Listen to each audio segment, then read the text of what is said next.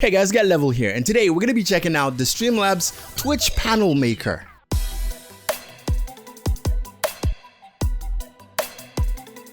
So a couple days ago, I put out a video on Streamlabs YouTube Thumbnail Maker, and I'm guessing that the Twitch Panel Maker is probably similar. It is also a Prime feature, so no weird surprises here. I'm telling you right up front, it's a Prime feature, but I have Streamlabs Prime, so I can show you what it's all about. And then ultimately, you decide if that is something that is worth getting Prime for, on top of all the other Prime features. Again, shout out to Lone Wolf. Thank you so much for retweeting my latest video. I really appreciate you guys retweeting my videos. Plus, it gives you a chance to appear in my video. All right, let's jump right into it. Okay, so you go to, if you already have Prime, basically you go to streamlabs.com, you log in with your Twitch account, and right here, it'll say some of the Prime options, including Twitch panels.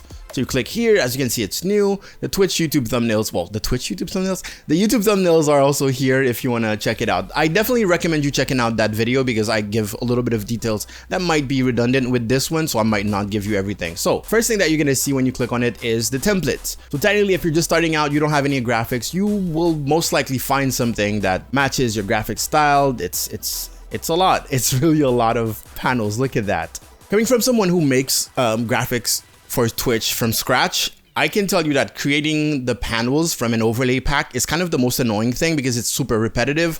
I usually, in my overlay packs available at gumroad.com/getlevel, I usually give about 21 different panels already made. So I have to type 21 different times and export 21 different times. I wonder if they have anything to avoid doing that, to avoid making it this kind of annoying task. Let's click on one of them. Let's click customize. Okay, and when we come here, we can see that there is already a library of icons. If you want the panel to be, you know, an Amazon panel, for example. No, but like TikTok, Discord, a donation and stuff like that, they already have their own icons. It's a shame that they don't have a bigger library in a certain way, although they have all the major platforms. Also, you know, you can always suggest them to add more stuff, and you can always customize them yourself. All right, so if we're here, why does it say add panel? Oh, okay. So right now I have tips, YouTube, Instagram, Twitter, merch. So I'm guessing when I click download panels, it's gonna download all of those. So I just have to customize one of them. That's actually really interesting. I don't think there's any other services that provides that option. Okay, that's pretty cool. Let's go with green here. Again, the main color is not something that you can pick a specific color for. They have main themes for each template. Right now you have blue, green, purple, red, and orange. If your color scheme is like pink, too bad. You might have to go to a third-party software to actually modify whatever you exported into pink. But when it comes to the text, you can really pick whatever hex color you want. So that's good. My website. So right now we have website, merch, Twitter, Instagram, tip. And if I click add panel, is it gonna make a oh, it added tip. So it added tip automatically. Wait, no, that's the second tip. Let's say if I want this to be an about me. So I would have to go and manually type about me. Do it even have anything? Yeah, there is an about me. I feel like they should put a list here instead of just adding tip again. They clearly know what type of panels that you want because they have them here. They know that about me is one of them.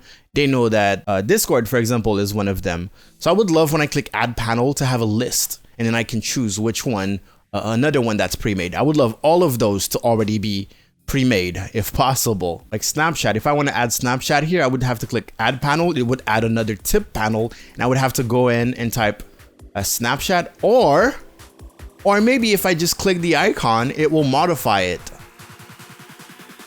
Nope. No, I still have to type, I have to manually type Snapchat. Okay. I mean, it's already cool that they give you pre-made ones, you know, that are part of like a pack that you're gonna download. But I feel like the rest could be automated even better. Obviously me, hey, no one else does that. And then me, 2 seconds later, they could do more. So let me delete a couple of those because I really don't feel like having to customize font weight and stuff like that, font size, classic stuff here. Position is kind of cool. Wait, icon position. And then here's just the text. Let's click download panels and see what happens. Okay, so it actually shows you. Oh, okay. Is it okay, chat? I'll let you decide that one.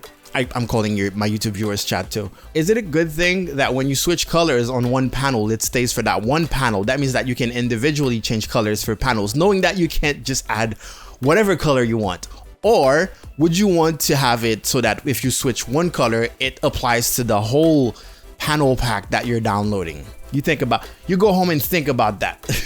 Click download and it's a zip file. Okay, let's open it. Now we'll have a bunch of PNGs, I'm guessing. There you go. Okay. Yeah, it's still in the zip file. All right. Okay, pretty basic stuff. Nothing fancy. Now, those are 22 KB. Let's check out this size. Oh, I should probably unzip it. Okay, so they're here. Well, let's take a good look. Boom. Okay.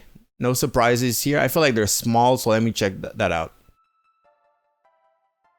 Hopefully someone from Streamlabs is watching this. Yeah, no. Streamlabs, come on. Is there 300? Oh, come on. That's 320 by 110. The Twitch recommended size is 320, the width. I get that, right? But if you upload this at 320, let me actually try to do that. It won't look the best. It's not optimized for that. I personally, in my overlay packs, the width is always 640, just to make sure that it looks HD.